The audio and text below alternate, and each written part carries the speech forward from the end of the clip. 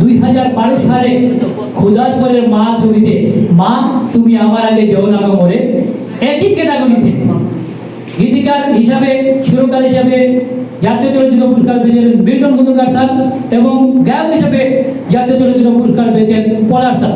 আমি মঞ্চে আমন্ত্রণ জানাচ্ছি পলাশ স্যারকে।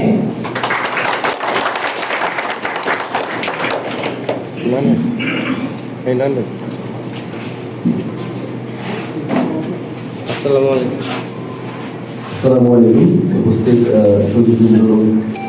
যারা সামনে ইউটিউব চ্যানেলে আপলোড হবে, এটা সদস্য ক্যামেরার সামনে সবাইকে আমার পক্ষ থেকে শুভেচ্ছা এবং আজকের অনুষ্ঠানের আয়োজন যারা করেছেন তাদেরকে অভিনন্দন। আসলে আমি বেশি কথা বলতে পারি না, মুখ্যমন্ত্রী আমি অল্প করে বলছি। সেটা হচ্ছে মনির খানের সাথে ব্যক্তিগতভাবে আমার যে স্মৃতি, সেই স্মৃতিটা শুরু হয়েছিল অনেক আগে, অনেক বছর আগে। আমাদের দুজনেরই অ্যালবাম করে যিনি এই পর্যায়ে এনেছেন, স্পেশালি মনির খানকে, উনি আমাদের সামনে আছেন।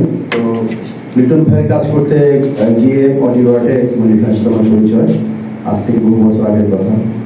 তো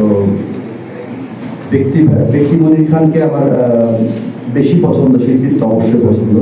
কেননা আমি আমার ব্যক্তিগত জীবনের অনেক ব্যাপারে সমস্যা, ব্যক্তিগত সমস্যা তার কাছ থেকে আমি মতামত নিই, তার বুদ্ধি নেই, তার পরামর্শ গ্রহণ করি। আর মনির খানের মানবিক দিকগুলো আছে, যেগুলো আমরা প্রকাশ করি না সাধারণত, সেগুলো আছে। যেমন আমার মনে পড়ছে এই মুহূর্তে আমার বাবা মারা যাওয়ার পরে শিল্পীদের মধ্যে প্রথম যিনি আসছেন সে হচ্ছে মনির খান। মনির খানের গান, মনির খানের সুর, মনির খানের গায়কী সারা বাংলাদেশে এমনভাবে ছড়িয়ে আছে যা সহজেই মেটানো সম্ভব না। আমি দোয়া করি, আশা করি যে প্রজন্ম তো প্রজন্ম এই গানগুলো ধারণ করবে। মনির খান আরো ভালো গান করবে, আরো বেশি গান করবে, অবশ্যই সে ভালো গাইছে।